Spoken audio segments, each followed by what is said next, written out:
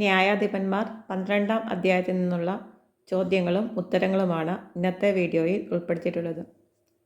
ഒന്നാമത്തെ ചോദ്യം, യുദ്ധത്തിനൊരുങ്ങിയ എഫ്രായിംകാർ എവിടേക്കാണ് ചെന്നത്? ഉത്തരം സഫോണിലേക്ക്. രണ്ടാമത്തെ ചോദ്യം, അമ്മോന്യരോട് യുദ്ധം ചെയ്യാൻ നീ അതിർത്തി കടന്നപ്പോൾ നിന്നോടൊപ്പം വരാൻ ഞങ്ങളെ വിളിക്കാത്തത് എന്തുകൊണ്ട്? ആര് ആരോട് ചോദിച്ചു? ഉത്തരം എഫ്രായിംകാർ ജഫ്തായോട് ചോദിച്ചു. മൂന്നാമത്തെ ചോദ്യം, നിന്നെയും നിന്റെ ഭവനത്തെയും ഞങ്ങൾ അഗ്നിക്കിരയാക്കും എന്ന് ജഫ്തായോട് പറഞ്ഞത് ആര്? ഉത്തരം എഫ്രായിംകാർ. നാലാമത്തെ ചോദ്യം, അമ്മോന്യരോട് യുദ്ധം ചെയ്യാൻ എഫ്രായിംകാരെ വിളിക്കാത്തതുകൊണ്ട് അവർ ജഫ്തായെയും ഭവനത്തെയും എന്ത് ചെയ്യുമെന്നാണ് പറഞ്ഞത്? ഉത്തരം അഗ്നിക്കിരയാക്കും എന്ന്.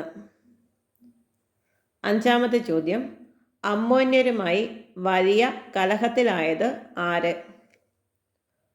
ഉത്തരം ജഫ്തായും ജഫ്തായുടെ ജനവും. ആറാമത്തെ ചോദ്യം, ഞാൻ നിങ്ങളെ വിളിച്ചപ്പോൾ അവരുടെ കൈകളിൽ നിന്ന് നിങ്ങൾ എന്നെ രക്ഷിച്ചില്ല. ഇവിടെ രക്ഷിച്ചില്ല എന്ന് പറയുന്നത് ആരെ പറ്റിയാണ്? ഉത്തരം എഫ്രായിംകാരെ പറ്റി. ഏഴാമത്തെ ചോദ്യം, എഫ്രായിംകാർ രക്ഷിക്കുകയില്ലെന്ന് കണ്ടപ്പോൾ എന്തു കയ്യിലെടുത്താണ് ജഫ്ത അമ്മോന്യർക്കെതിരെ ചെന്നത്? ഉത്തരം ജീവൻ കയ്യിലെടുത്ത്. എട്ടാമത്തെ ചോദ്യം, അമ്മോന്യരെ കർത്താവ് ആരുടെ കയ്യിലാണ് ഏൽപ്പിച്ചത്? ഉത്തരം ജഫ്തായുടെ കയ്യിൽ. ഒൻപതാമത്തെ ചോദ്യം, ഗിലെയാദുകാരെയെല്ലാം ഒരുമിച്ച് കൂട്ടി ജഫ്ത ആരോടാണ് യുദ്ധം ചെയ്തത്? ഉത്തരം എഫ്രായിമിനോട്. പത്താമത്തെ ചോദ്യം, ഗിലെയാദുകാർ ആരുടെ ഇടയിൽ വെറും അഭയാർത്ഥികളാണെന്നാണ് എഫ്രായിംകാർ പറഞ്ഞത്? ഉത്തരം ഗിലെയാദിൻ്റെയും മനാസയുടെയും ഇടയിൽ. 11ാമത്തെ ചോദ്യം, ഗിലെയാദുകാർ എഫ്രായിംകാരെ തകർത്ത് കളയാൻ കാരണമെന്ത്? ഉത്തരം ഗിലെയാദുകാർ എഫ്രായിമിൻ്റെയും മനാസയുടെയും ഇടയിൽ വെറും അഭയാർത്ഥികളാണെന്ന് എഫ്രായിംകാർ പറഞ്ഞു. 12ാമത്തെ ചോദ്യം, എഫ്രായിംകാരോടെതിർത്ത് ഗിലെയാദുകാർ പിടിച്ചെടുത്തതെന്ത്? ഉത്തരം ജോർദാൻ്റെ കടവുകൾ. 13ാമത്തെ ചോദ്യം, എഫ്രായിമിൽ നിന്ന് ഒരു അഭയാർത്ഥി ഓടിപ്പോകുമ്പോൾ അക്കരയ്ക്ക് പൊയ്ക്കൊള്ളട്ടെ എന്ന് ചോദിച്ചാൽ ഗിലെയാദുകാർ അവനോട് ചോദിക്കുന്നത് എന്ത്? ഉത്തരം നീ ഒരു എഫ്രായിംകാരനോ? 14ാമത്തെ ചോദ്യം, നീ ഒരു എഫ്രായിംകാരനോ എന്ന ചോദ്യത്തിന് അല്ല എന്ന് മറുപടി പറഞ്ഞാൽ അവനോട് ഉച്ചരിക്കാൻ പറയുന്ന വാക്ക് ഏത്? ഉത്തരം ഷിബ്ബോലത്ത്. 15ാമത്തെ ചോദ്യം, ഷിബ്ബോലത്ത് എന്ന് ശരിയായി ഉച്ചരിക്കാതെ സിബ്ബോലത്ത് എന്ന് പറയുന്നവരെ ഗിലെയാദുകാർ എന്തു ചെയ്യും? ഉത്തരം ജോർദാൻ്റെ കടവുകളിൽ വച്ചു കൊല്ലും. 16ാമത്തെ ചോദ്യം, എത്ര എഫ്രായിംകാർ ജോർദാൻ്റെ കടവുകളിൽ വച്ച് കൊല്ലപ്പെട്ടു? ഉത്തരം 40,000 എഫ്രായിംകാർ.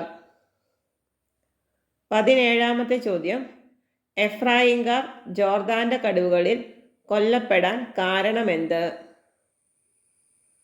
ഉത്തരം ഷിബ്ബോലത്ത് എന്ന് ശരിയായി ഉച്ചരിക്കാത്തതിനാൽ.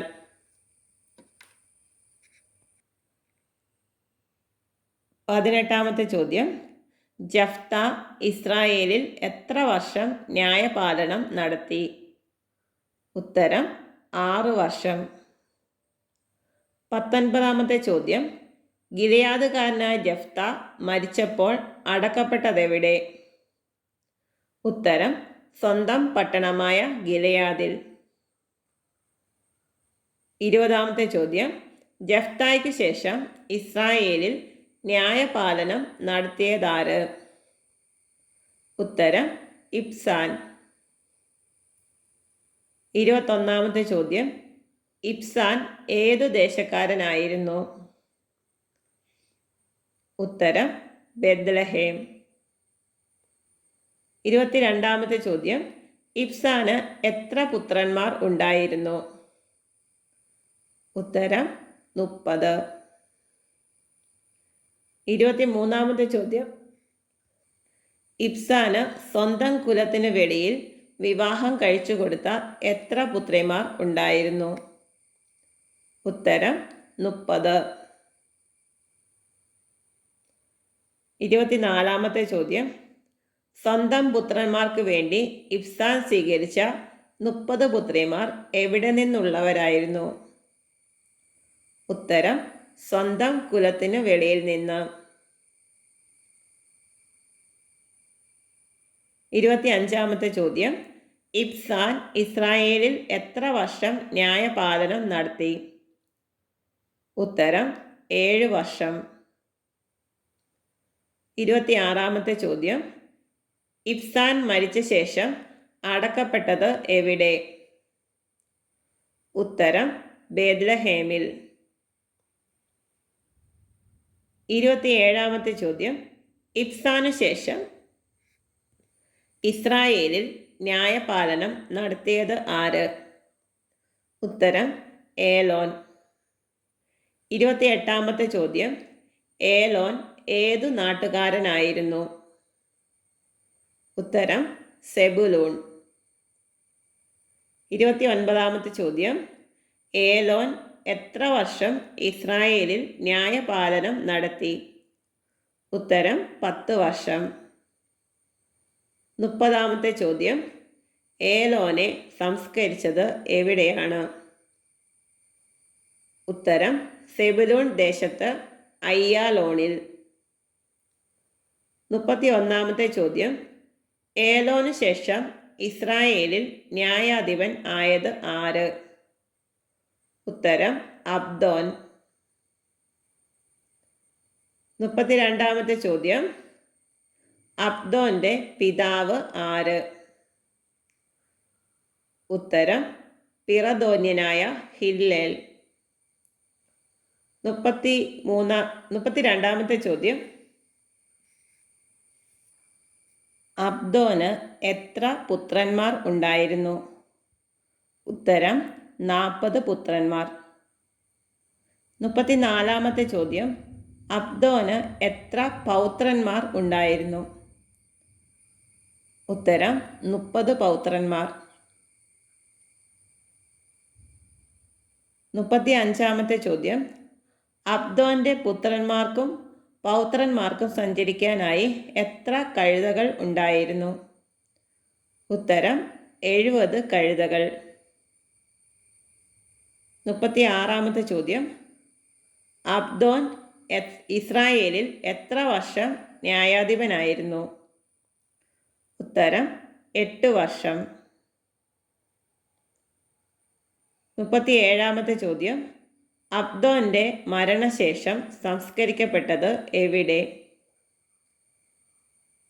അമലേക്യരുടെ മലനാട്ടിൽ എഫ്രായിം ദേശത്തെ പിറതോനിൽ. 38-ാമത്തെ ചോദ്യം. ന്യായാധിപന്മാരുടെ പുസ്തകം 12-ാം അധ്യായത്തിൽ എത്ര വാക്യങ്ങൾ ഉണ്ട്? ഉത്തരം 15. 39-ാമത്തെ ചോദ്യം. ന്യായാധിപന്മാരുടെ പുസ്തകം 12-ാം അധ്യായത്തിൽ ഏതൊക്കെ ന്യായാധിപന്മാരെ കുറിച്ചൊക്കെയാണ് പറഞ്ഞിരിക്കുന്നത്? ഉത്തരം ജഫ്ത, ഇബ്സാൻ, ഏലോൻ, അബ്ദോൻ.